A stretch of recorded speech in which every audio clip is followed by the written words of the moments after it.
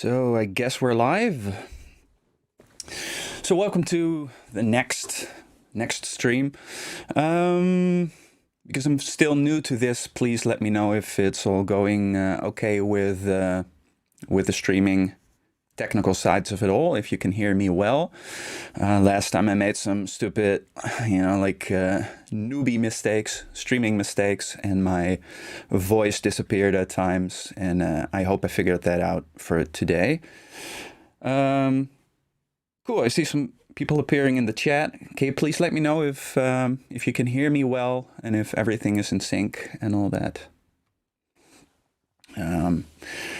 There's a little delay in between what you guys see and when I hear back from you, so I'll have to wait for a little bit to hear your answer. Good. I see a yes. Nice. Okay. Before we start, I just wanted to announce that I have some fun ideas besides like these mixing streams that I want to do on this channel. So some people requested that I do like, some more composition-based songwriting stuff. So I want to get into that. And maybe eventually some type of live streaming thing, if I can get my singing ready enough to do that in such a context.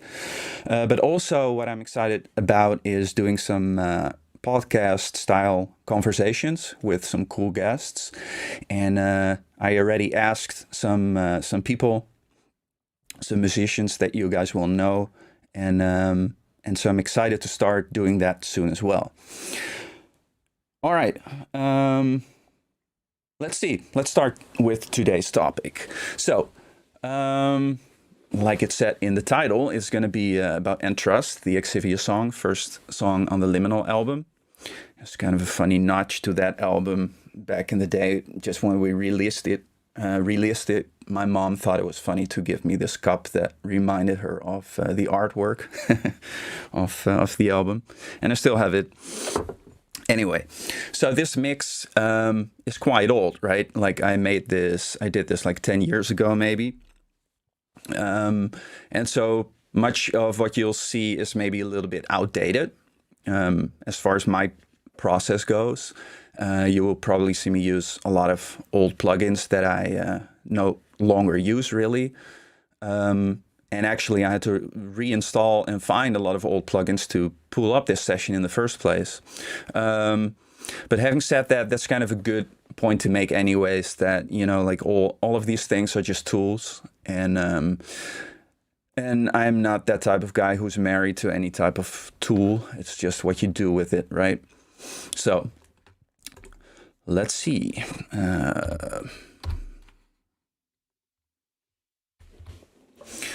Let's go to this view right here. Let me also pull up the chat so that I can see what you guys are saying. Cool. Well, first, maybe let's take a quick look into the session. First off, I'm contradicting, I see, myself on my previous stream in that I said I use the same colors for my instruments all the time. And I didn't here. Like, the drums are all different types of colors, and I hate it. So, bad me. No idea why I did that. So this is just a whole bunch of drums, and we can probably talk about that in more detail in a bit. Then we have some bass stuff going on.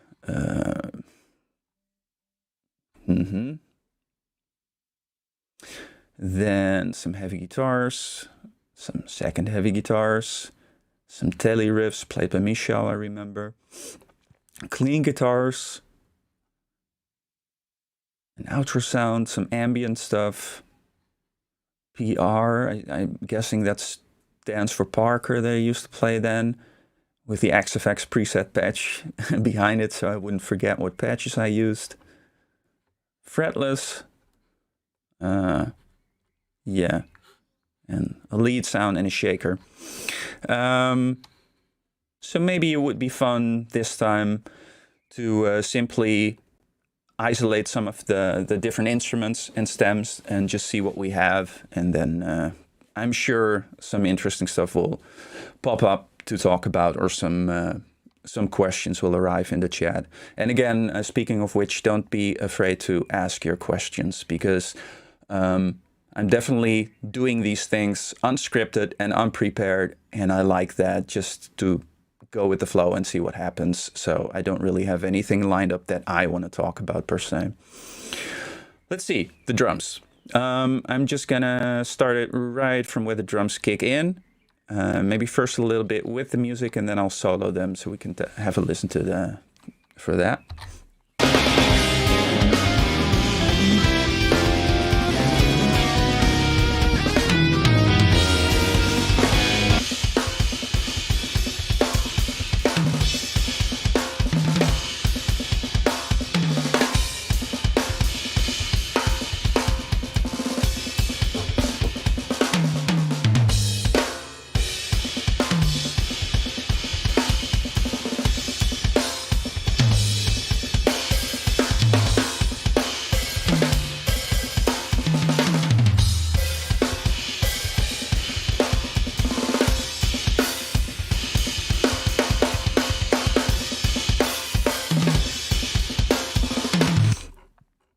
So right away, I think the drums are one of the most interesting parts of the production, I would say, of this album.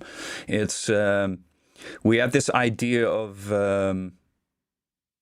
going for a little bit of a bigger sound. So we wanted to use a big room, big studio room, and we did. We recorded this in a very nice studio with a lot of outboard gear, and just one of these scenarios where everything is kind of like really a little bit more high end, as opposed to a lot of, like, you know, we also did a lot of productions in, you know, in like kind of rehearsal spaces with our own gear, you know, kind of making it work with what you have, but not this. And on top of that, I remember we just wanted to go for a little bit of a, you know, of a sound with a lot of character, and that still strikes me when I hear this back. It's like that snare is like, you know, it's really that snare. It's got such a particular sound, and the toms also, right? Like the toms have this weird growly character. I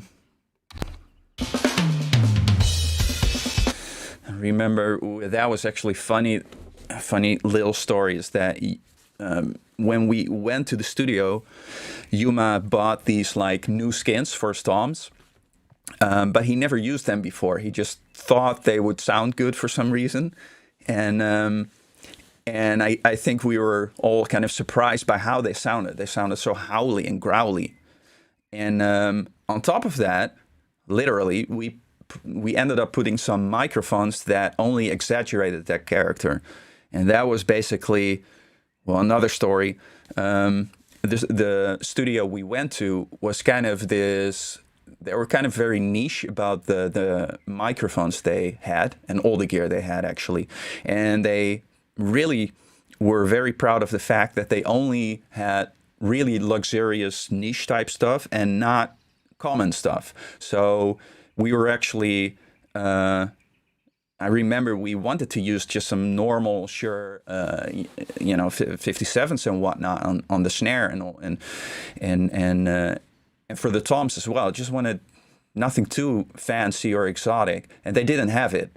So for the toms, we ended up, I have no idea what mics they were. I cannot see in the session here, but they ended up like being really distorty, like a saturated, so that only made those growly toms worse. But you know, it is what it is, and I kind of like that they sound like they do actually, like this.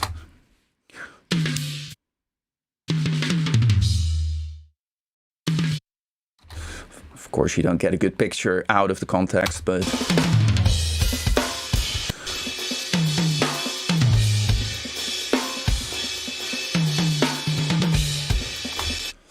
nice. Okay, let me quickly, I have to remind myself to look at the chat to not miss anything. Playing on this track is so good. Thanks. Although I think you're referring to Yuma, and he did do a great job there. It's that was also well.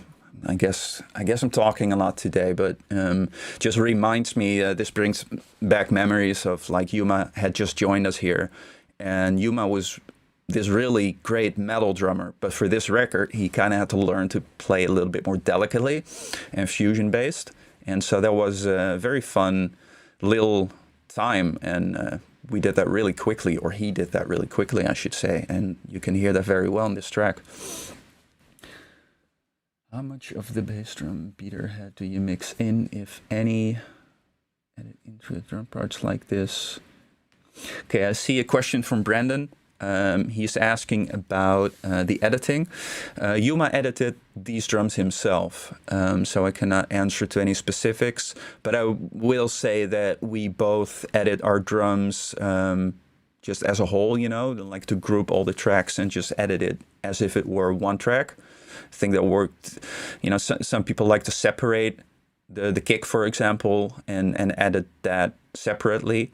But depending on how you mix, you know, for example, if you keep the low end intact in the overheads and other microphones in your drums, then you don't really get away with that. And this is definitely such a mix. But other than that, there's really no specifics to editing. The toms you can see because they're right in view here. I did these myself, and you can see they're still like cut up in little pieces, and that's, you know, I think is pretty common, right, to cut your toms up like that because of the bleed, because gates are just not accurate enough for me, I think. Let me go back to, if I see some other questions here.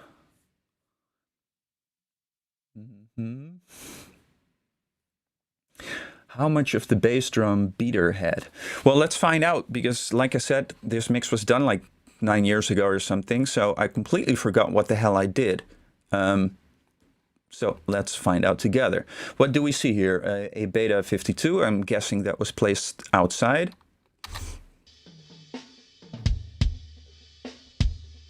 Nice sound though. What do we have on here? Oh yeah, I used these Waves SSL plugins a lot back then.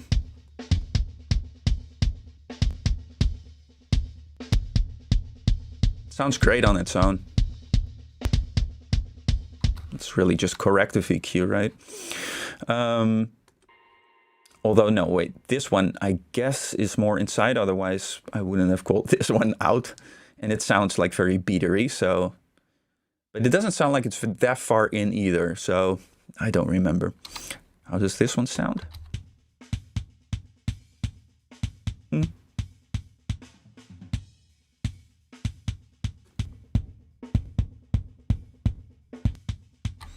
Yeah, that one sounds more like a kick out. And I see I kind of EQ'd against the natural sound of an out kick. It's one of these things that I don't do like that anymore, you know, like I showed in the Unravel video. I tend to group these individual mics into groups and work from there, which I still did here. There is like a main kick group to which all the individual mics go. Oh man, I used a lot of plugins back then.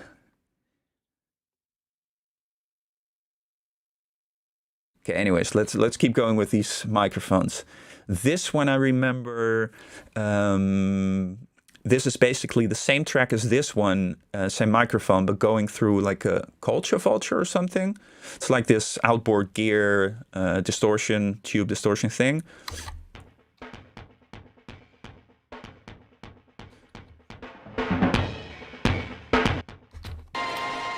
Just there for some character, right? It's very low in the mix. Then we have a 421, and I'm thinking that we placed that one probably really in the kick. Yeah.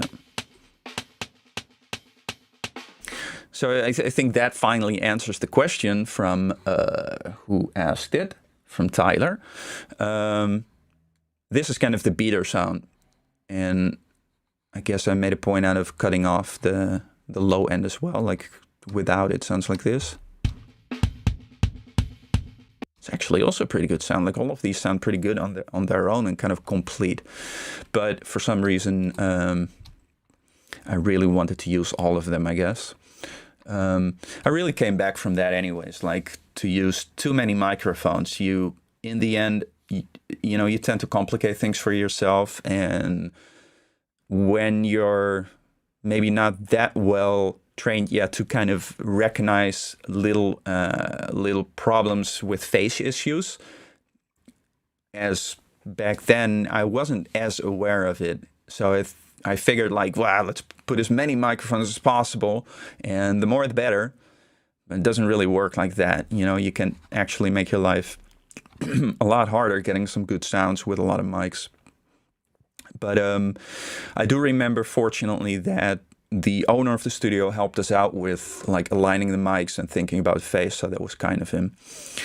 And then we have a kick sub. I think we built this ourselves, if I remember correctly. It's when Yamaha has these like built pre-made things that you can buy to capture the subs. And I think a friend of ours, Joris, he just built it himself from like an old speaker. And it's very low in the mix, and it's probably all the highs are probably cut off. Yes. By the way, I have to remember to drag the plugins here, because just a minute ago I was showing a plugin on the right screen and you guys can't see that. So the sub sounds like this. It's a little bit of length. Let me just for fun solo the kick track and then mic by mic so we can see how they add up, all these sounds. First 52.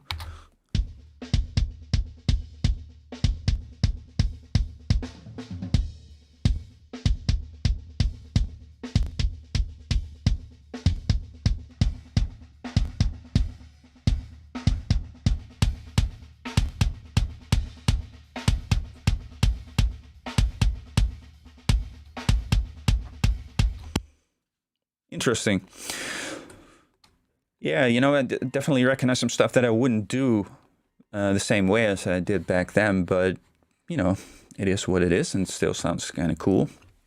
Again, let me take a second to read some comments.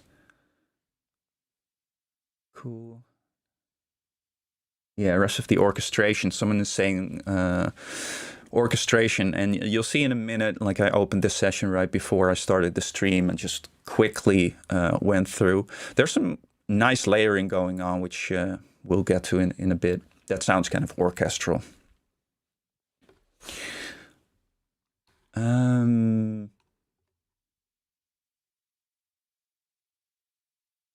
we want to talk a little bit about the snare? Maybe a little bit quickly. One of the things that I mentioned right at the start was that this studio that we went to had a lot of outboard gear. And up until that point, I was mainly familiar with plugins, as I think a lot of like younger mixers are. And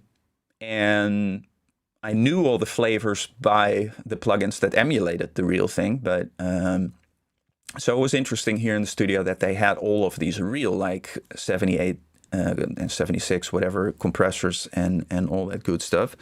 But because I wasn't too familiar with using them, I didn't want to commit to them, so they very kindly, the guys at the studio, routed things up so that I could record the dry signal of the microphones and through whatever outboard gear we chose. And so, for example, you can hear the snare top microphone, which is A57, that we brought ourselves. And the next underneath is exactly the same track. It's the same microphone track, but going through their 76 compressor.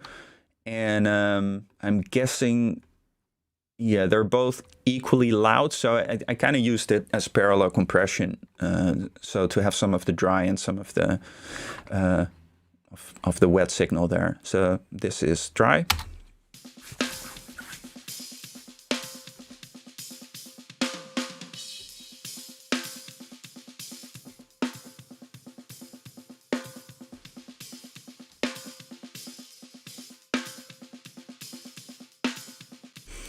So just to go through this quickly, there's a little bit of a boost like here in the low end to get some body happening to the snare. Around 2K for some cracky middle snappiness. And then what's happening here? Yeah, quite a lot of around 5K. There's a lot of like 6.6 dB. 5K with a weird frequency. Usually I would aim that like at between 7 and 10 or something these days. So again, one of these things that I do a little bit differently now. But having said that, there's also like some more EQ here. And what does this do? Well, that definitely exaggerates the high end a little bit. And we can see that I have this set to the highest band to like 15K and boost by 6 dB. So that makes sense. And other than that, this one is flat. I do still like these plugins, never use them anymore, but you know. And then again, same mic going through a hardware compressor.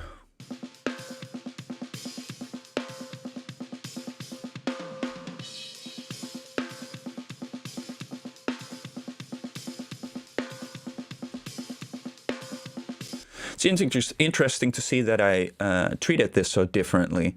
Can't remember what the thinking was. I do notice that there's much less high end in there, and that might be because as soon as you put a lot of compression on a snare, you tend to exaggerate the bleed, right? So you exaggerate the high, the cymbals and the hi-hat and all that stuff. And gating is really no option with our type of music because it's so dynamic with a lot of like little ghost notes on the snare and stuff. And as you can hear in this, right in the section that I was playing here, right? There's very busy. I guess I figured that I'd use this compression more for body and not exaggerate the high end too much because then the cymbals would just be too aggressive and too much in your face. I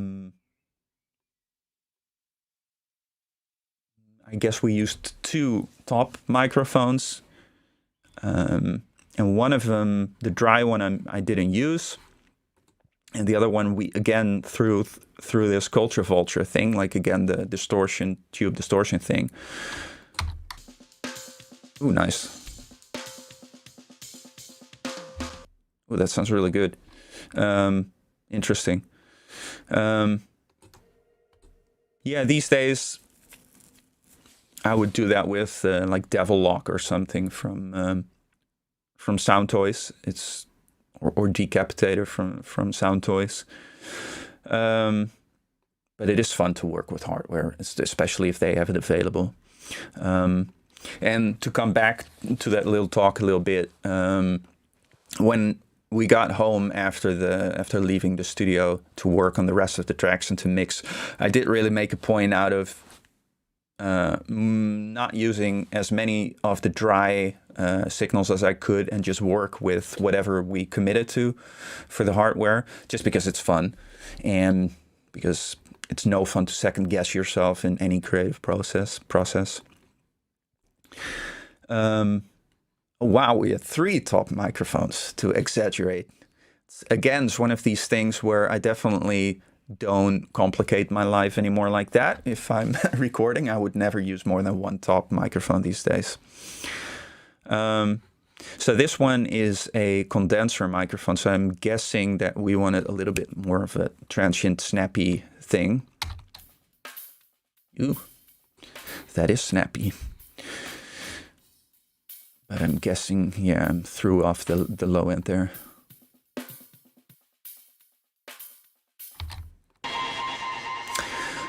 And then the bottom is finally a Beta 57, and that is nothing special, I guess.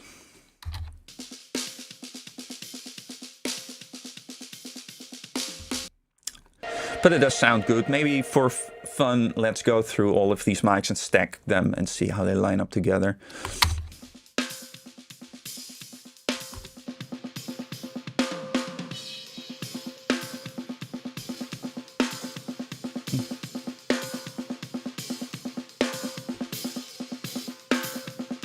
adds almost nothing, but this one.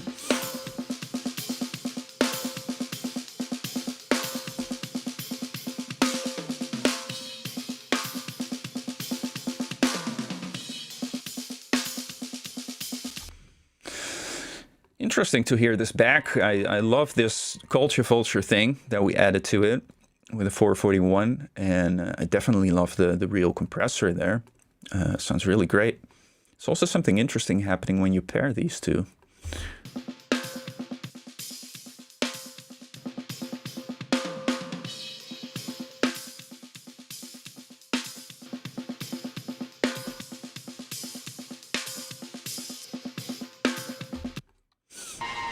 Sounds good. So let me take a look at the chat. Is there something new there? I was talking about the general playing in this track. Well, thank you, Lunar. Hey, Icaro. Good to see you here. Icaro. I never really know how to pronounce your name. Sorry, but one of your favorite tracks. Yeah, to be honest, it's. I think it is my favorite Exivious track. It's the one that sounds the most. That came the closest to what I had in mind for that band, where just a nice marriage of melody and atmosphere and right harmony, and I like the solo that I did. And it's not too complicated. I mean, the ideas are maybe a little bit complicated in themselves, but the structure is quite simple. Toms are not super exciting to talk about. Overheads. We had like 3 overheads. That's also something I no longer do, but I did that for a while, where I had like an A-B setup, spaced quite far apart, the A and the B mic, and then like a middle, what would you call that then? A, B, Z, whatever, ABC. And that was one of the nice things about that studio with all their niche microphones, is that for the overheads we used. Actually, I'm not completely sure what we. No. I think it was the U47. Yeah, like super expensive classic microphone. Let's see how that sounds on their own.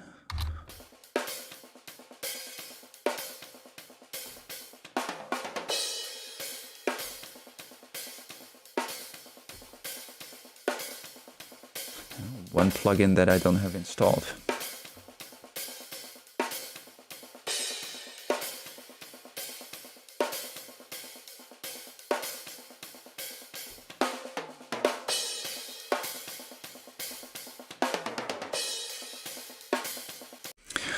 It's interesting, even with this middle mic turned on, I hear that the panning is wider than I would do now. And, you know, I kind of dislike if the drums are too wide, because then they feel a little bit artificial to me, as if you're no longer listening to a band, but as if you're, I don't know, like right in front of the drummer, like in the middle of the band or something. Could be nice maybe, but just my personal preference, a little bit different these days. I also noticed that I didn't put. Oh, I do have some compression on here, but it's just set super subtly. But I didn't like see it do anything here. Oh yeah, a little bit. Only on the snare hits. It's one of these things that I do differently. I have a little bit more compression so that the snare hits are being a little bit tamed in the overheads, and maybe the cymbals themselves are smoothed out a little bit, or ringing out a little bit more, a little fuller and longer.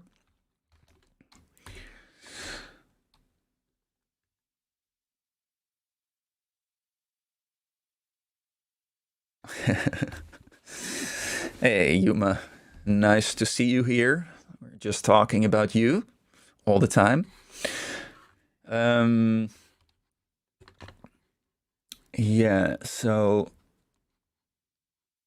let's see. We have a hi-hat track. We have rights stereo. Oh, that's the 2 rights that are being sent there, I'm guessing. Remember, the rights were kind of problematic just to let them sound good, but that was more because the rights themselves, like in the real world, were kind of problematic a little bit.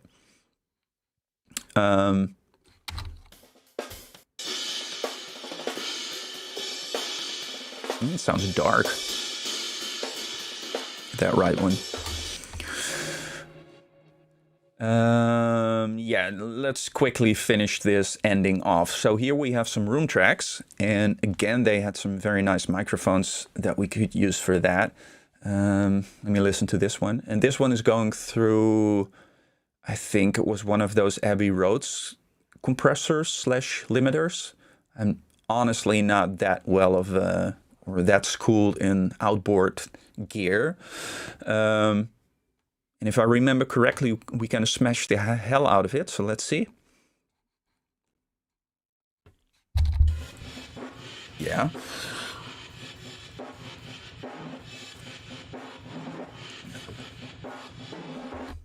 Wow. What did we do here? Oh, okay.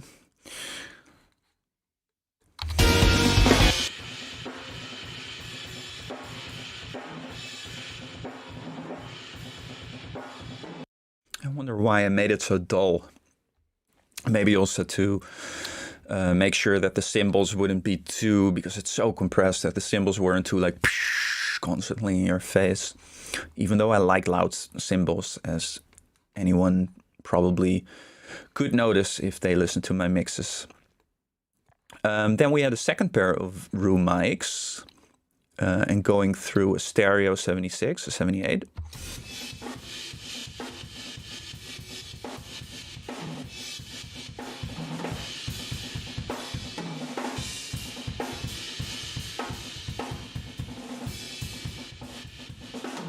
Why the hell did I do that? Okay, just a little bit of nerdery. I put on a recomp here, and the reason I would do that back in the day is that that was one of the few compressors that would be compatible with sidechaining in Reaper. Nowadays, I would use the FabFilter stuff for that. Back then, you couldn't use like Waves plugins or something for sidechain compression. And I'm guessing I sent the kick to this. Let's see. I did. I sent the kick to it so that the compressor would like react to the kick. So then that every time when a kick comes by, the volume kind of drops on this track. And it makes it very pumpy and kind of this anxious sound. And I'm not sure why I did that, other than the only thing I can imagine is that I didn't want the low end or any kind of kick sound in this room track to interfere with the actual close mics of the kick. But again, that's one of these things that I do differently these days. I would only embrace whatever sound the rooms could bring off from the kicks to, you know, just to complete the sound, and to yeah, I would definitely not like push that away, and definitely not at the expense of making this track so like overly pumpy. Yeah, I don't know. And yeah, then we have the Hitler mic, and what was the story behind that? I think it was some like very old broadcasting mic from Germany, obviously. I don't remember if it had actually to do something with that period of the war in Germany, or that it was just old in German, and so that was the only reference for Hitler. But but it was a mono mic, and it sounded quite lo-fi, and we put it not too far away from the drum kit, because those other room mics, especially first pair, are very far apart to capture the room, basically, to create that sense of space. And this mic was, as I showed you in the Unravel video as well, it's more of a just one mono kind of picture of the drum kits for cohesiveness, if you will.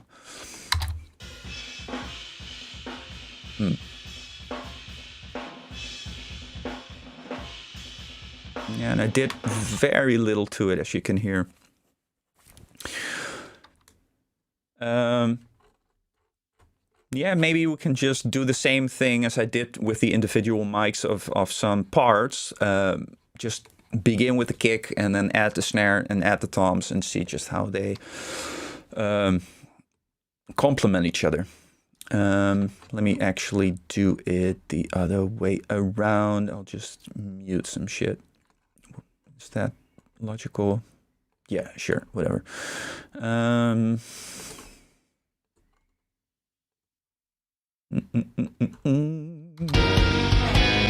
And let's do only the drums.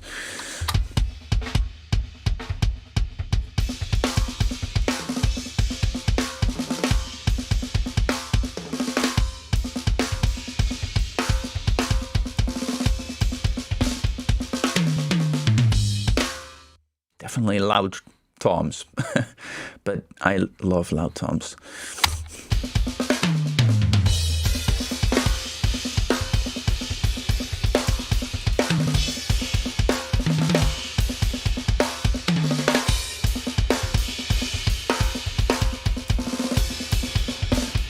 Wow, that does add some bigness.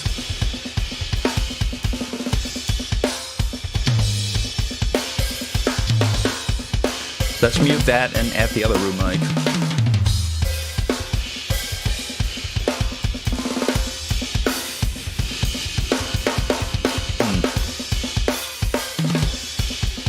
You can hear they're closer to the kit.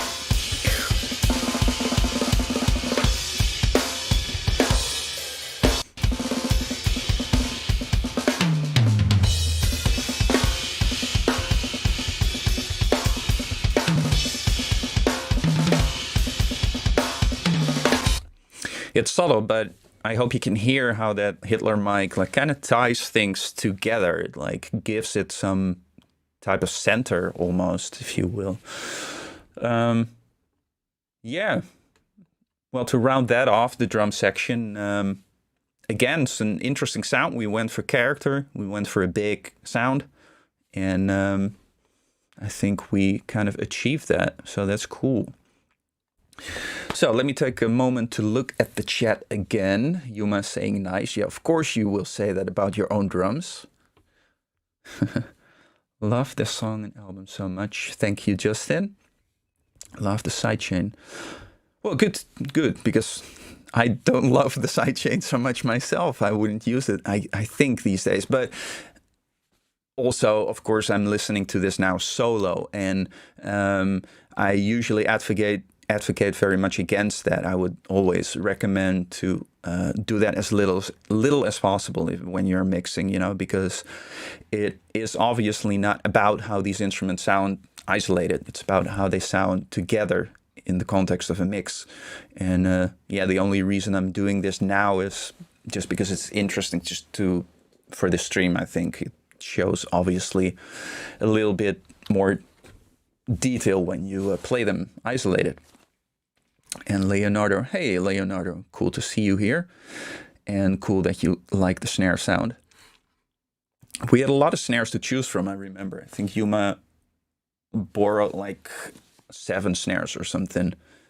And yeah, I remember that especially me was, you know, like as soon as I heard this snare that we went for, was like, this has character. Let's use this one. Yeah, so let's unsolo the drums and let's just do it in order. And so next up is bass. One thing, by the way, that also pops into my mind right now is that I don't use the same structure here as I do these days. There's no top group of stems where all the where the drums and the bass and everything comes back to. It just starts right away with the instrument tracks. And that's fine, of course, because there is still, you know, with the way that Reaper does its thing with these group tracks, you essentially still have stems. You know, it's just, you know, the top track of like a group. But it's much less, what's the word? It's harder to navigate this way because you're constantly scrolling to find what you're looking for. And it's one of these things that I also learned along the way, that it's good to have a good structure so that it's easy to navigate. Just makes your life easier. So, bass. So Lunar is asking, how did you guys come up with such a song? Melody, groove, mainly improvisation, or you guys wrote parts? It's very much written. All of the Exivious stuff, back in the day, when we made the first record, I really had in mind to kind of do this marriage of like fusion and metal. And the way that I saw it back then was that I would just compose the metal parts as any metal band would do, and then leave space for improvisation. And what that meant essentially was that a lot of the solos were improvised. And then on album 2, this one, there was a little bit more space for whole sections to be improvised a little bit. And you can actually hear that in the section that I was playing now, this theme here. Like Yuma, the drummer for this track and for this whole album, he did a lot of improvisation on this track. Yeah, not sure that answers your question. But yeah, I would say that just all the harmony and the themes of not the improvised solo, but even though I don't think even my solos improvised for this track. So there's a lot of composition going on here. Yeah, for sure. Bass. Let's just play the same section.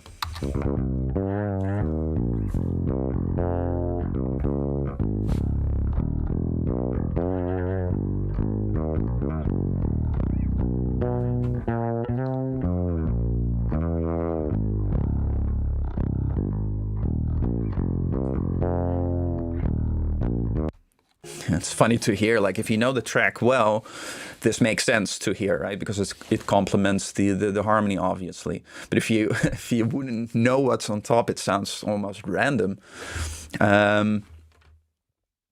Yeah, what to say? It's fretless, obviously, and it's Robin, obviously. So it's awesome, obviously. He used his wind bass back then that I still really like. Definitely has good tone. And I remember we recorded this completely dry, no pedals, preamps, or anything like that. And basically because Robin was simply not into pedals and all that kind of gear back then. And so it was really up to me to shape the sound afterwards. So let's see how I did that, because again, it's been a long time since I did this, so I have no idea anymore.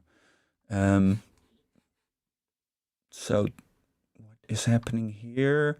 Okay, so this one is just a receive of sub and main.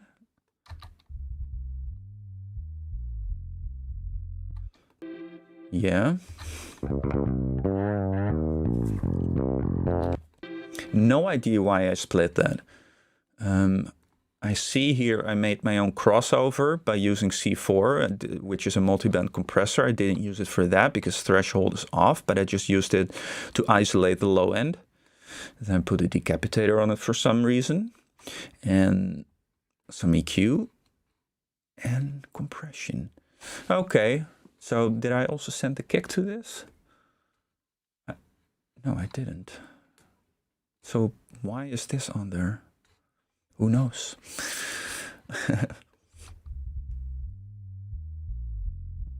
Maybe for some other tracks, I thought it would be fancy to use some side chain compression on the low end of the bass to make some space for the kick. When the kick would happen, that it would create some space in the low end. And then maybe I used that on some other track and then disabled it here because I didn't like it for this track. Could be. Don't remember. So the routing is a little bit funky on this one. I'm not sure like why I did it like this. But sure. We can quickly maybe take a look at what's happening here.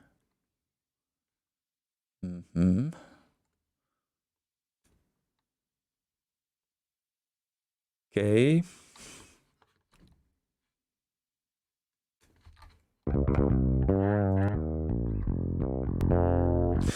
Well, for those who don't know Decapitator, I mentioned it before, and I think I showed it before in the Unravel video.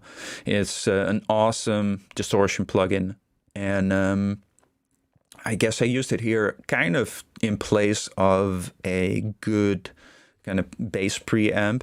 And these days, Robin uses I think from EBS, one of those little tube drive pedals that gives him a sound that's very close to this. Yeah, it's kind of subtle, but it gives a lot of definition to his tone, so that it pops out a lot better in the mix. And I think this one, yeah, this one is automated, so it's like all off now. It's like a distortion thing.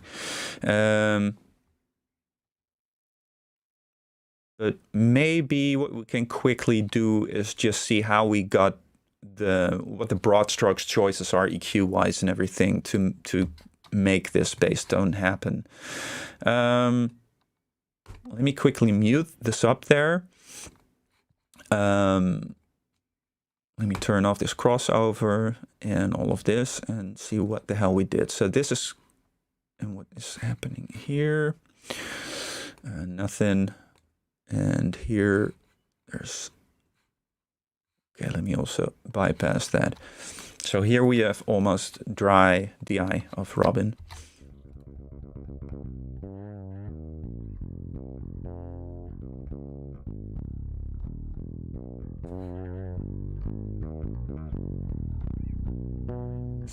Okay, so what I did in this kind of very retro looking older version of Isotope, they have such a much better interface these days. This looks horrible to me. Anyway, I used the multi-band harmonic exciter, with which you can kind of split the signal into these little frequency areas. And then I'm guessing I use this mostly to bring out more of the articulation of the bass, because fretless bass, if I haven't mentioned it yet, is for me by far the hardest instrument to mix well, to make it work in a mix. And I don't think only for me, because if I can be so blunt for a second, I don't think there's any metal record with fretless bass that I think is mixed well. It always sounds terrible to me. And yeah, I think the reason for that is simply because that instrument by itself is it just gets in the way of all the other instruments. That's just the nature of where that instrument sits frequency-wise. And if you make it kind of fit the mix so that it doesn't get in the way, you lose the whole character of the bass. And that's what happened with Traced in Air, for example, by Cynic. You know, it had the great Sean Malone on it, but you didn't hear the great Sean Malone because it was mixed just more traditionally. And so that was never a viable option to me, because I like fretless bass. I love fretless bass. So you want it to sound fretless, and I want it to be audible. So that requires some trickery most of the time to make that work. Anyway, to go back to this plugin, so this area is from 1,000 hertz to 4 to 5 almost. So if you solo that little region,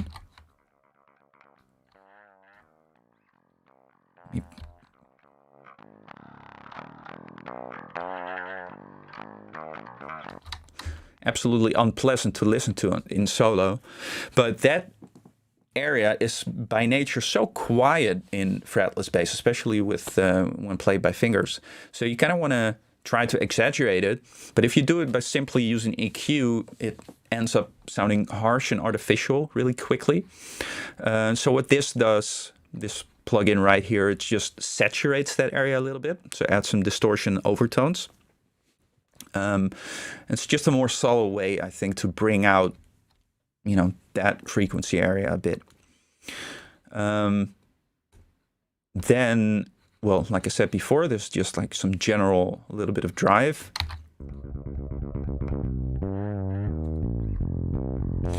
This one is still off because it's automated, so it doesn't do anything. And this, I think I left on by accident because it doesn't do anything, as you can see. Or maybe it's automated later in the song. Could be.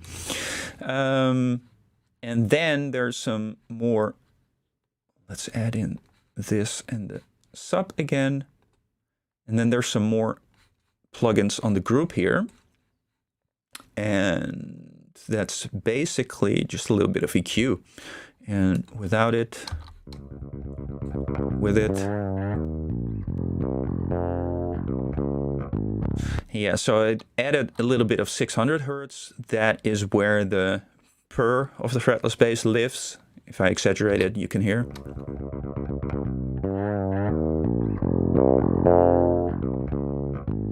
It does sound lovely, but it also overshadows and muddens up your mix really badly. So got to be careful with that.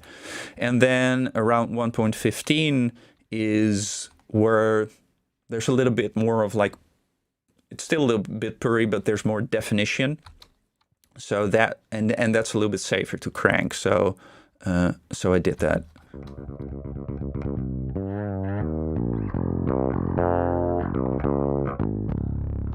And that worked really well on that bass that he used back then. His newer bass, I haven't found out to mix it as well as this one. This one was a little bit more straightforward as to, you know, I figured out these two areas. There's this higher mids that I could boost. There's this lower for the purr, and the rest just sits really well already, fortunately. And lastly, a little bit of low end boost, but that's not too exciting. So that's it. So pretty straightforward, actually. Let me take a look at the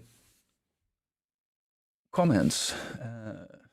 Whoa, Robin, slow down. It's worthy in language and metal, yeah. Well, that's always nice to hear, of course, because Mr. Holdsworth was such a big influence on Exivious. The tracks Tony Franklin did with Derek Sherinian. I don't know. Yeah, so Icaro is recommending, I think, a mix that of a Derek Sherinian record with Tony Franklin, but I don't even know Tony Franklin. So, but cool, I'll check it out.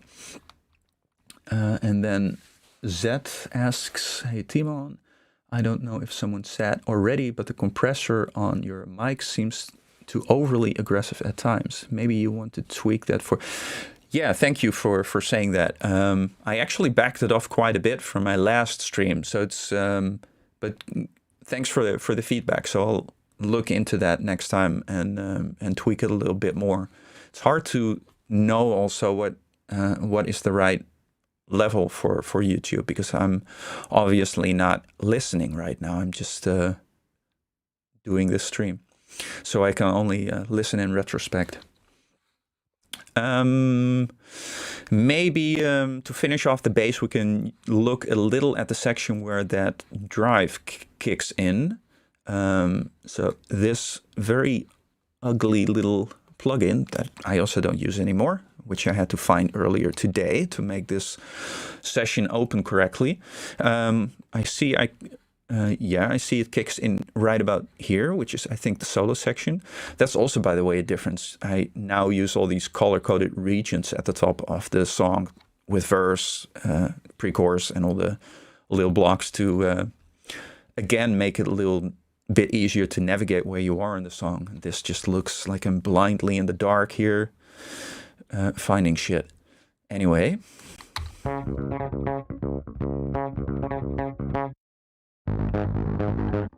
So this is the solo section.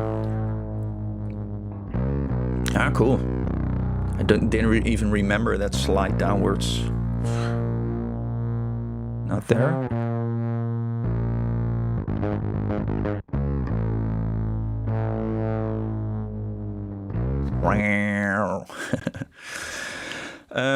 Cool.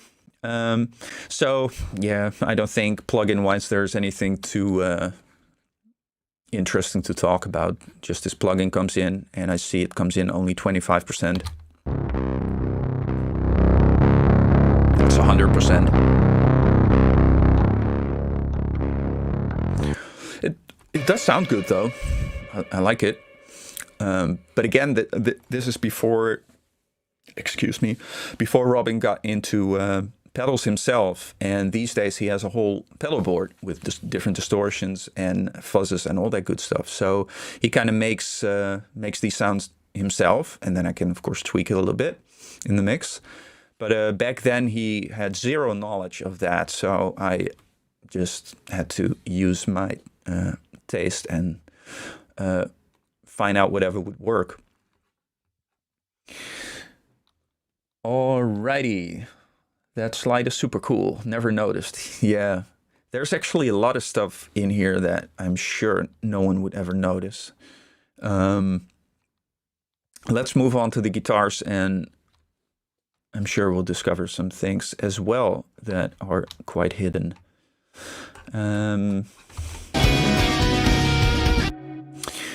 Yeah, maybe let's play like a full clip for a second so we have some reference and context again.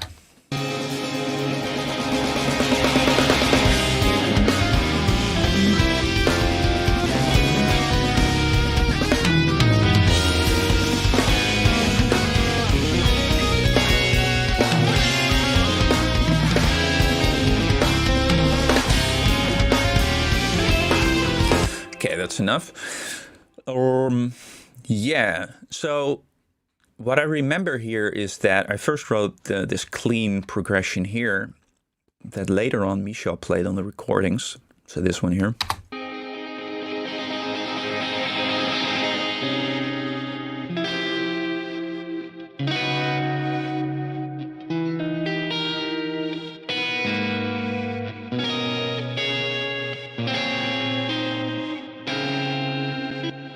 Yeah, that also reminds me of, you know, stylistically, I think one of the biggest difference between the first and the second Exivious record was the choices for guitar sounds.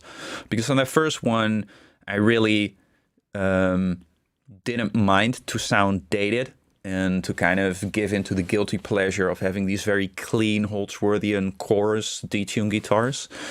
But by the time that we did this record, I wanted to do use sounds that are a little bit more timeless. So the chorus was dumped, and we went for a lot of like more Fenderish type clean sounds. There's barely any real clean sounds on this record. It's all a little bit break. How do they call that? Edge of breakup type sounds. And I still love these sounds to this day, so that definitely stuck. So that came first, this little chord progression. That's how the song started anyway, to come back to that question of how the composition came by. And then this theme melody here was kind of approached almost as if it were a little bit more of a traditional jazz melody, in the sense that it uses a lot of chord notes. So the melody kind of outlines the chords. Yeah, and I remember I didn't want to use my typical very smooth solo tone, because that would make it sound too sweet and too fusiony. So I used just the completely dry, distorted metal tone, and I also double tracked it left, right, and it ended up sounding like this, I guess.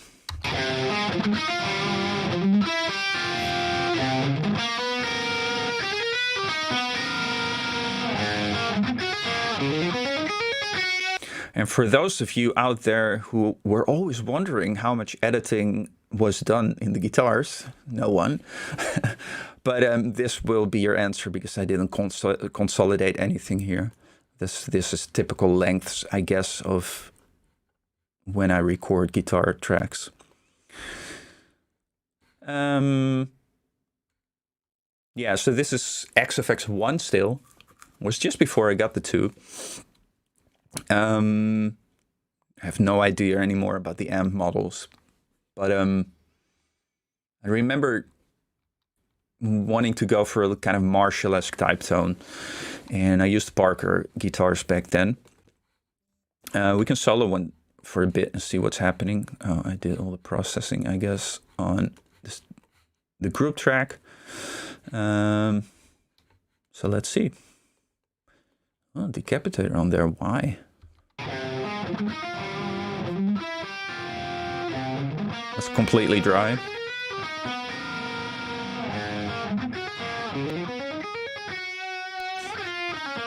That's actually nice. It's a trick I don't do anymore at all, but just a slight touch of saturation on the guitars gives a little bit of hair in the top end.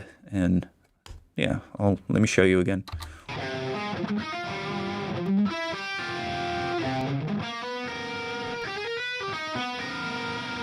I like it. So then we have some EQ. A lot of EQ.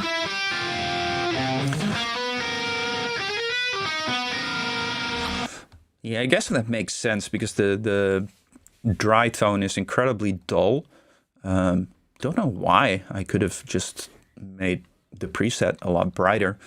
But yeah, so there's a lot of 10K, there's a lot of 5K. Well, 4 dB, still quite a bit.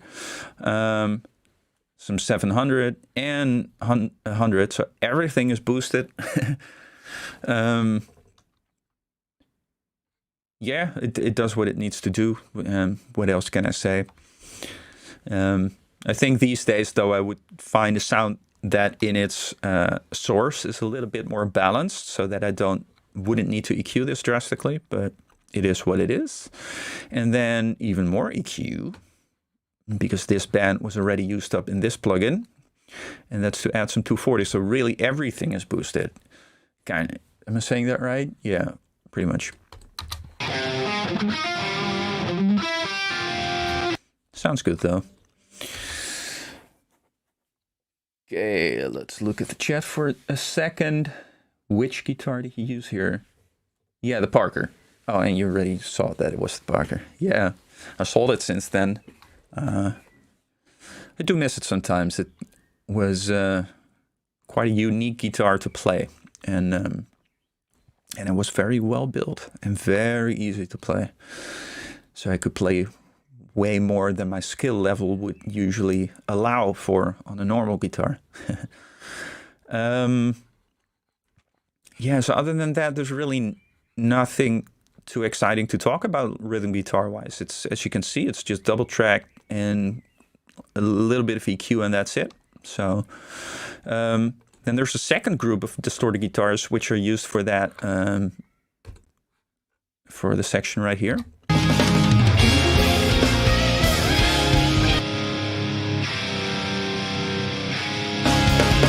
To reinforce some heaviness in there. And you can hear that I made the choice to kind of EQ this part to complement the main part. And by itself, it sounds very scooped.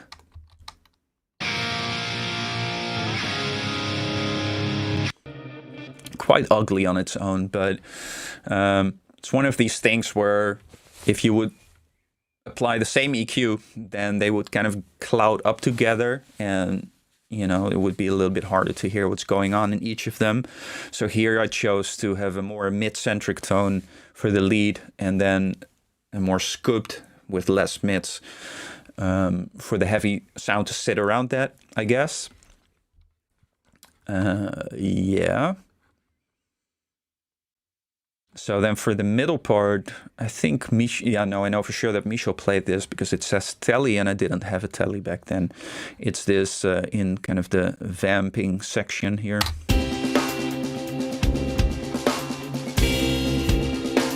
And slowly you can see the curve come up here. This telly riff comes in, just single tracked.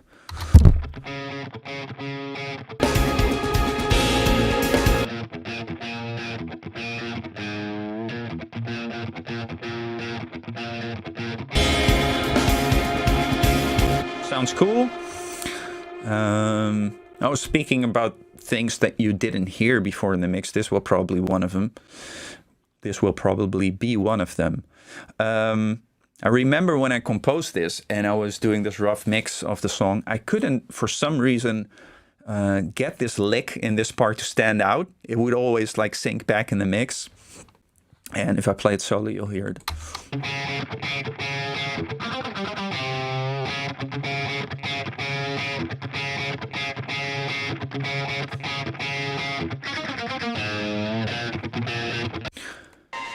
So I guess to overcome that, and then even then it's not that clear, we kind of ended up triple tracking that part. So the middle part stays, keeps happening here, and then on the left and the right, a reinforcement of that little riff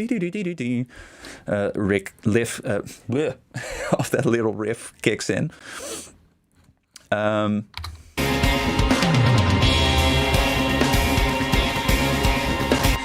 Yeah, you still hear ass in the complete mix, so not a good job there, Timon. Yeah, and that kind of concludes the guitars, the heavy guitars. So let me take a look at the chat again. If I missed something, did you record the guitars twice or just doubled it? Oh, doubling doesn't work. If you mean just copy pasting the track, that just makes the sound louder. That so that does nothing. So it's double recorded. Yeah. There's really no way around that. If you want to have like a double tracked sound, there's the only thing really that you can do is just track it twice. You know, because it's those minuscule little timing and tuning differences that make it wide and big if you pan them left and right. Yeah, anything else? I think that was recorded 2 times. Yes. I want to live in this song. Well, I'm not sure how you would do that. I'm also not sure if there's any vacancies, and I'm not sure what the rent would be. But I'm sure we can work something out, though. Love Parker guitars, yeah. Yeah, and I used a lot, like, that was in a time when I only used, like, humbucker guitars. And so I didn't really have any experience with more single coil Fendery type sounds. And that guitar had like this coil split option, which for me was kind of the same thing because I didn't really know as single coil pickups. And I used that a lot on this record. And in hindsight, that gives a lot of like, gives some sections of the songs a little bit of its character because you know, like coil split has, now that I kind of am much more familiar with good single coil tones, coil split tones, so humbucker split, they have a different sound. You know, it's aimed to kind of emulate like a single coil, but it really isn't. And but it does end up being kind of a characteristic sound on its own. And I kind of like it. And I used it for a lot of solos on this record. And I think all the clean sounds. So, moving on to clean sounds.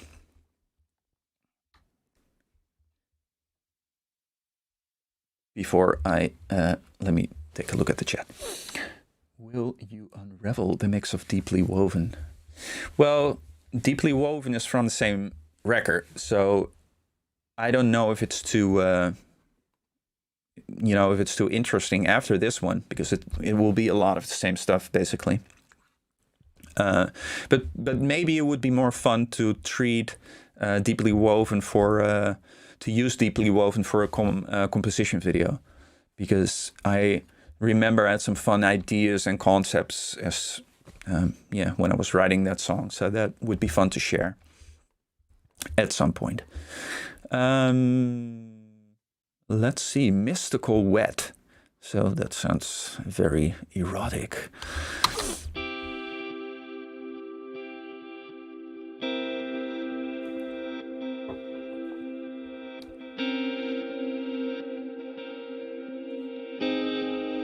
Man, the number of plugins I use. Vintage Warmer. I used to love this plugin. Face Mistress. Yeah, I think even without the effects, there's already baked in effects from the XFX. Yeah, there's this reverse delay happening. And then besides just a touch of EQ and all that stuff, there's an obvious phaser on it. You know, some plate reverb. This used to be my go-to for reverbs, but now I use the Valhalla plugins. It's subtle. Some delay. Still love, like, especially Space Echo, Echoplex, and Memory Man. You know, those couple of presets. Just lovely. And almost always I go to the style edit and then turn up the depth knob. Yeah, let's take a little detour here. So this is a delay plugin, and it is by far the coolest delay plugin there is to me. So when I was saying before that we stepped away from using chorus on this record for the guitar sounds, well, chorus gives you that kind of big, wide stereo sound by also doing some trickery with the phase, blah, blah, blah, and with the tuning so that it kind of creates this wide sound. But it is, at the same time, it's kind of very recognizable and very 80s and thereby kind of dated. So when I was looking for alternatives to still use, you know, detuning type sounds, well, then I just discovered delays, like tape style delays, where the repetition of the delay kind of detunes. And yeah, this plugin does that really well. You know, if I turn up the mix really high, you can hear how out of tune it is. And if I do this, that's not usable anymore, of course. But if you dial it in ever so subtly, absolutely love that sound. And Robin hates it. I don't know why, it just sounds lovely. But yeah, maybe as a fretless bass player where intonation is kind of important, it throws his perception of pitch off. But yeah, screw him. So then we have the theme that I just played a minute ago.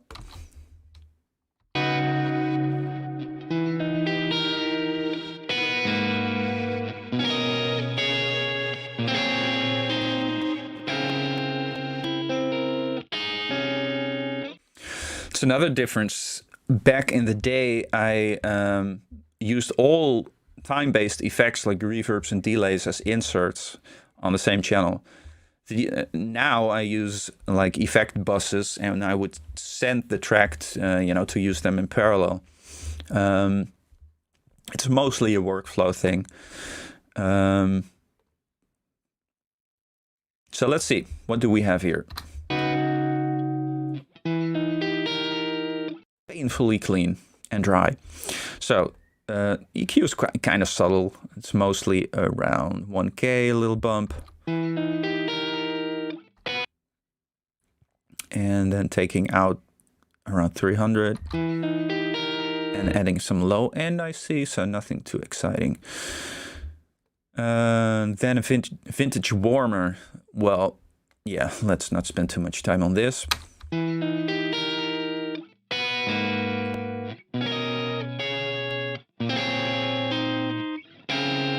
This again adds a little bit of saturation type warmth. Decapitator, what does this do? So you can maybe see that I use this in parallel if I put it all the way up.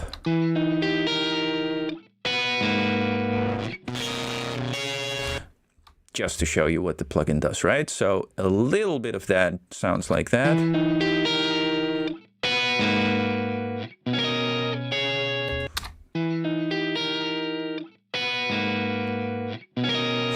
Again, it just adds a little bit of hair and saturation to the sound. It's subtle, maybe isolated and on one track, but it really adds up when you do these type of moves on a lot of individual tracks. Phaser, really.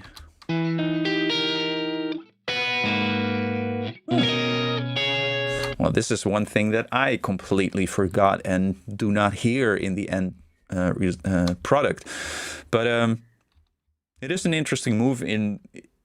I would guess to. It's one of these things that you do that are kind of unconscious for the listener, but it still creates some movement because phasers. One of those sounds that creates movement, right, in the sound, like if I put up the mix louder.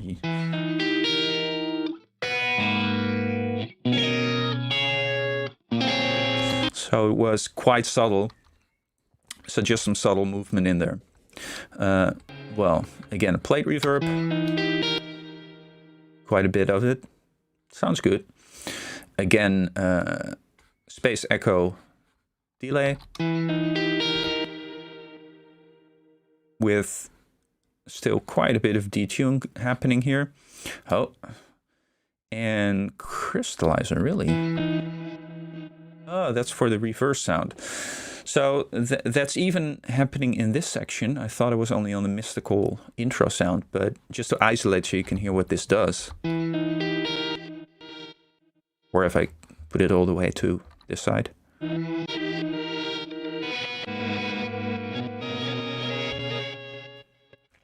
And again, it was blended in quite subtly. So a lot of plugins to get to this sound.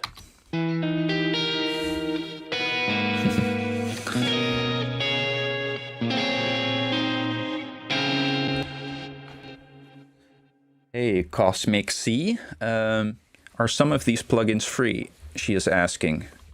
No, not really. Unless, of course, you're very handy with your torrent sites and all of that good stuff.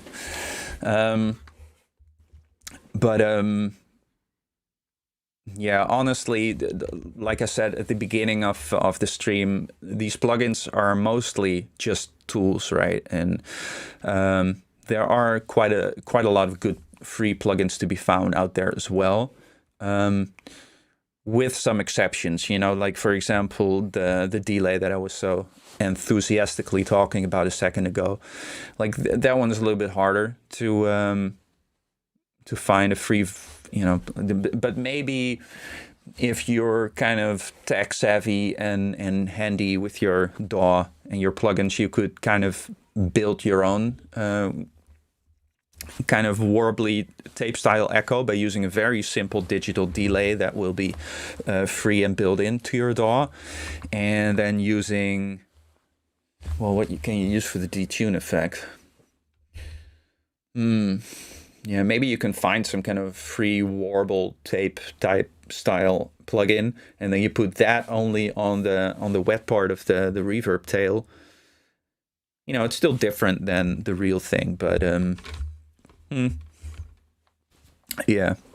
But the Sound Toys bundle is, you can, if I remember correctly, you can get like this academic thing for it if you're a student. And then it's quite affordable. And I know this because I bought this back when I could still get that discount. It was like $250 or something for the whole bundle, so that's not too bad. Anyway. Yeah.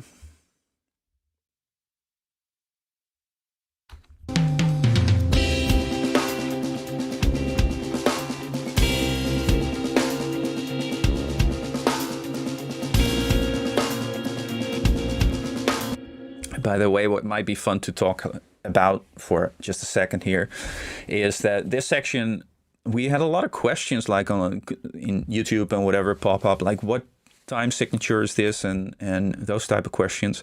Well, it's all just 4/4. But I think there's two things, but one of the main things that's kind of confusing is that the chord cycle is 5 chords long.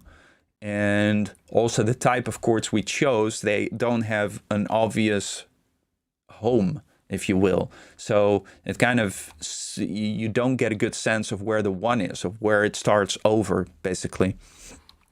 but now that you know, you can just count along and you'll see.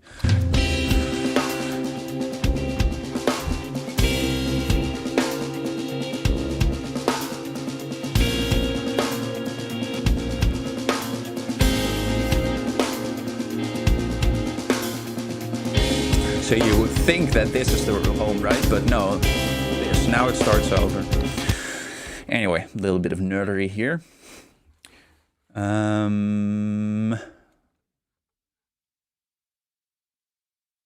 Yeah, what else do we have? Okay, so now let's get into some atmospheric stuff. Well, I even called it ambient stuff. So, yeah, let's stay with the same section, and I'll just play the whole thing from a little bit later on in the section.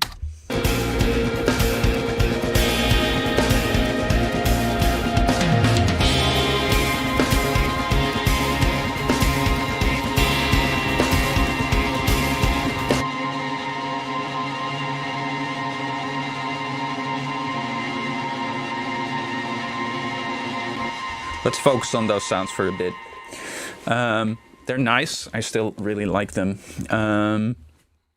So what do we have? It's 3 different layers. Okay, that's the melody it also says. Okay, so that makes sense. These are more static notes that just reinforce the common notes in the harmony, I would assume.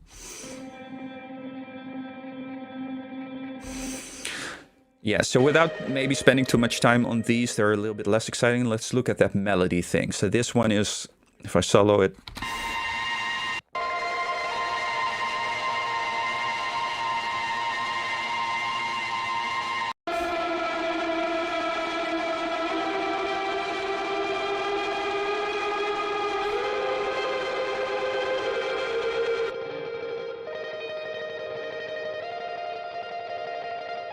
wow, does that lose its magic when you disable the plugins, huh?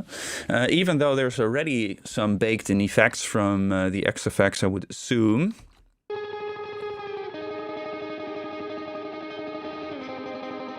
You know, you hear some delays and whatnot. And some alternate picking that's not in the rhythm at all, it's just quick. Anyway, so what do we have going on here? We have first some EQ. I don't think this is anything too exciting to write home about. It's kind of to prep it to be more of a melodic element, to set it apart from the rhythm guitars. And you usually do that by giving it quite a lot of mids, you know, for any type of solo, guitar solo or lead. So this has around 1K. And that's also like, if you want to kind of go, not that this is the best example of that, but if you want to go for that more smooth wooden type Holdsworthian guitar tone, then boosting your mids around 800 hertz or so, like that is absolute key. That's where that tone lives. It's very, you know, like 800 hertz heavy. Anyway, so there's a lot of boost around that area, then around 4K. It's usually not an area that I would boost, but I guess just the source material needed it, you know. Then again, lovely Echo Boy for some more delay, even though there's already delay on it. This time the Echoplex with, again, some detune. And set kind of slowly, and there's quite a lot of feedback. So a lot of repeats. And I love this trick. When you put Devil Lock, like I already showed you this plugin a couple times in the Unravel video, such a great distortion plugin.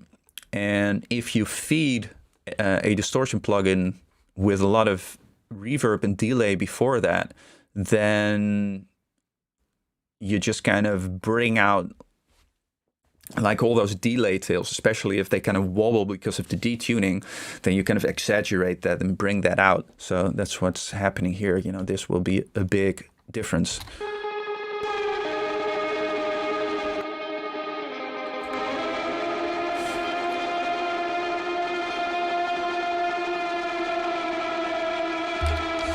It's one of these things that it's like beautifully ugly, if that makes sense. A little bit of a shoegazy sound. Yeah,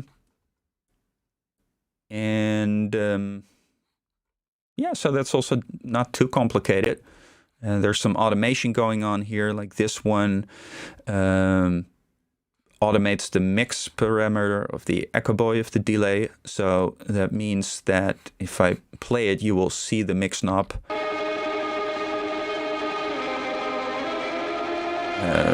Not change at all. Why is that? Oh, you do here. So that means that for the end of the section, let me unsolo so you know where we are in the song.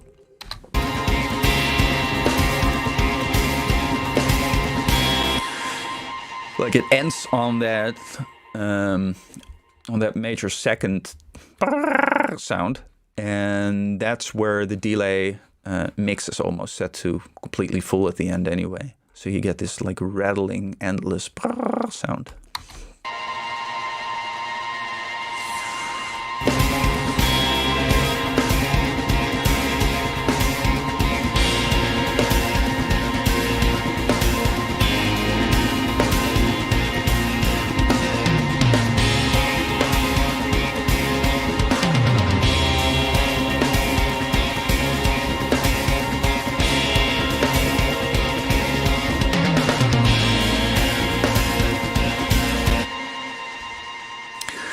So let's take, now that we're looking at these ambient tracks, they kind of extend into the section afterwards, which is the solo section. So let's see what we have going on here.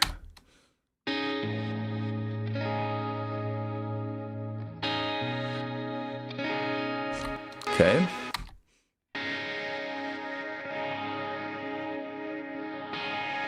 Same part without the bass notes. So just this suspended little chord.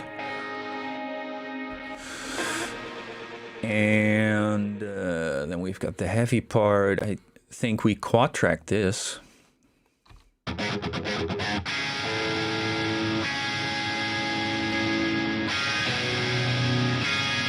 It's the same as the first clean guitar part.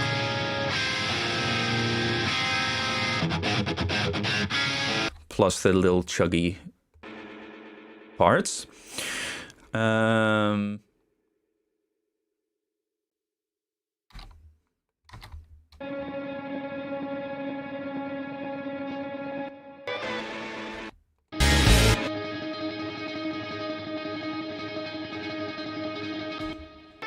Mm-hmm.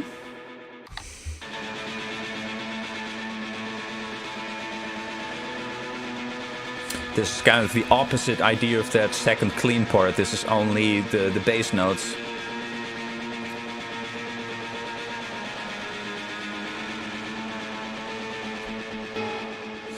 So there's quite a lot of layers to put underneath the guitar solo, but yeah.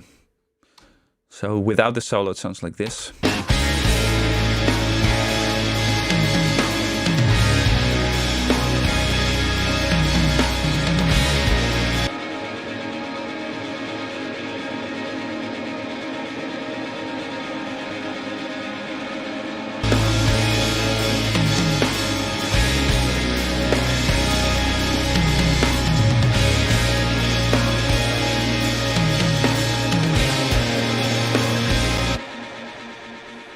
Igor says he's too late. Well, you can watch it back later, no worries. And we're still here now, so if you have a question, just go ahead. The chords are almost never played on the downbeat. Yeah, that's correct, never. It's yeah, it's like 16th before and 8 after or something. Am I saying that right?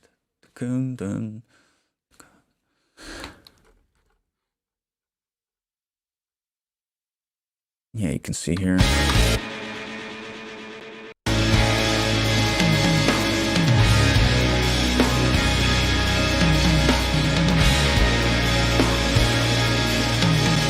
not for this solo section, by the way. I was thinking of the main theme. But yeah, this is all like after the beat. Maybe we can finish off by just listening to or looking at the guitar lead for a bit. There's two of them. I'm thinking that this is probably the first version or something.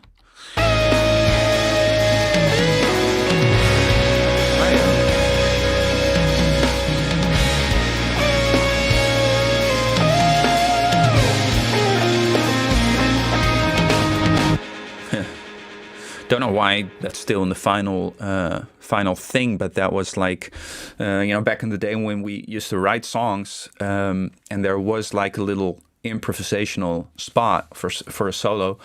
We would always put in those placeholder solos, just do like quick improv, just a couple of takes, and would be sloppy and whatever. But then at least you would get the idea of that section was meant for the solo. And if I remember correctly, this is the placeholder solo from back then. Anyway, this is the final thing. This is not an improvised solo. I remember going in with that approach, improvising, but it just didn't work because I just wanted something as dramatic and emotionally dramatic and powerful as I could manage. And improvisation was for me at least too rough of a tool to get to the point. So, and by composing it, I could just like find all the right licks right away and get like a very concentrated, just all the best little pieces put together to get to the final result I was working to. And you can still see that, I guess. You can see that I didn't glue this together. It's all the little bits. We can also take a look at what we did mix-wise. Let me disable all this stuff. So...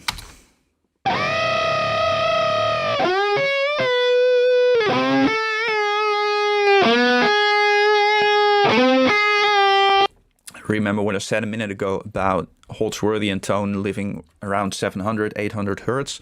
Well, definitely boosting that quite a bit here. Also boosting quite a bit of 3K, that more aggressive area. And again, I would say that is because the source material is just kind of dull. I would usually not need to boost that this heavy. It would get like ear piercing very fast if you do that usually with a good source sound. Moving on, some reverb. Quite short. Some delay. Oh no, this is not used as the delay. I see I went for a super short delay time, only 30-second note. And no repetitions. So if I'm right, this is kind of meant to create almost a detuned chorusy sound in the way that Holdsworth did it actually, which is like use kind of micro delays that are detuned a little bit.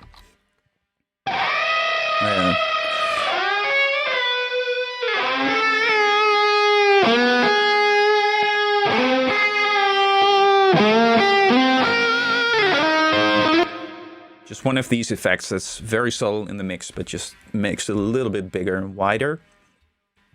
Then more traditional delay.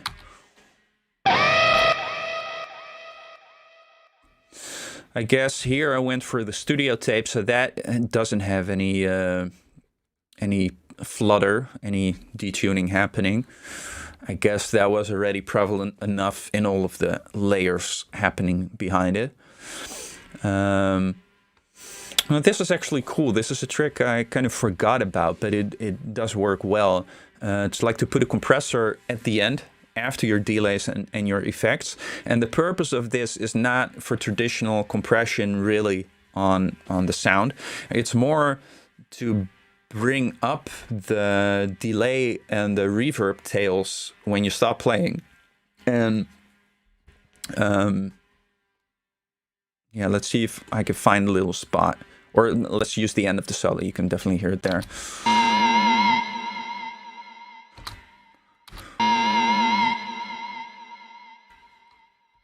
Well, I'm not sure if it's that clear. Maybe in this little gap.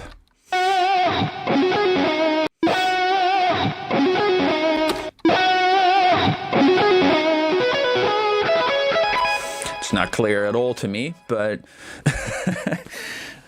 I guess that also happens sometimes. I think I used it for that reason. But I cannot really hear it working its magic right now very much. Can compare for a second. Let's see if we do hear what this does.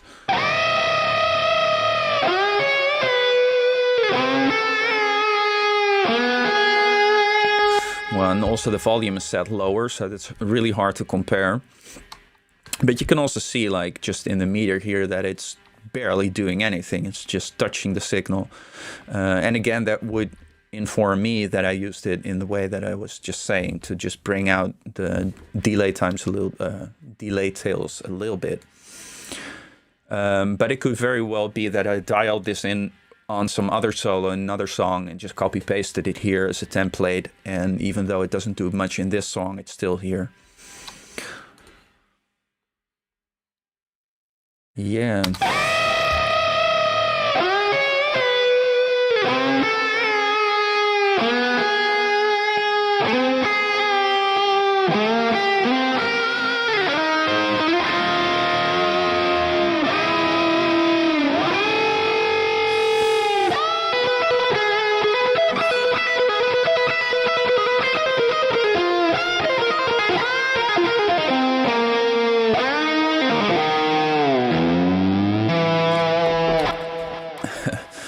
My little Van Halen moment.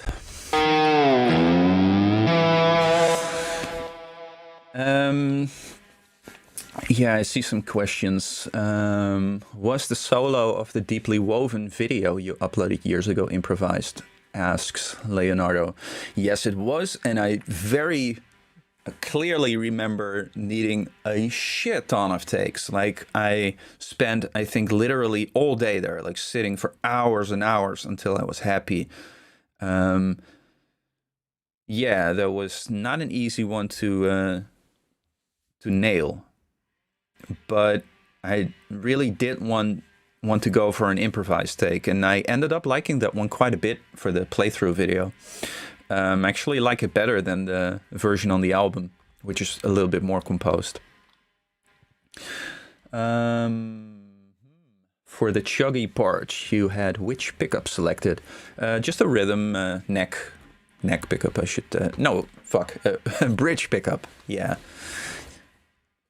Yeah, I would... Like, it would be very rare if I would play any rhythmic... heavy distorted stuff not on the bridge pickup. So yeah, you can hear it right by the clarity of the chuck chuck chuck. Love that damn solo. Well, thank you, Icaro. Thank you. Yeah, you'll have to tell me how to pronounce that properly so that I don't butcher that again for you. So I think with that, we can maybe close this section because we've been going for, yeah, longer than 1.5 hours already. It might be fun to lead you out with the outro section because it has a lot of layers going. And I can maybe solo and unsolo some bit and we'll end with that. So, yeah. Let's do that, and I'll say goodbye already right now. So thank you guys for being here and asking questions, and it was cool. So see you guys next time, and take care.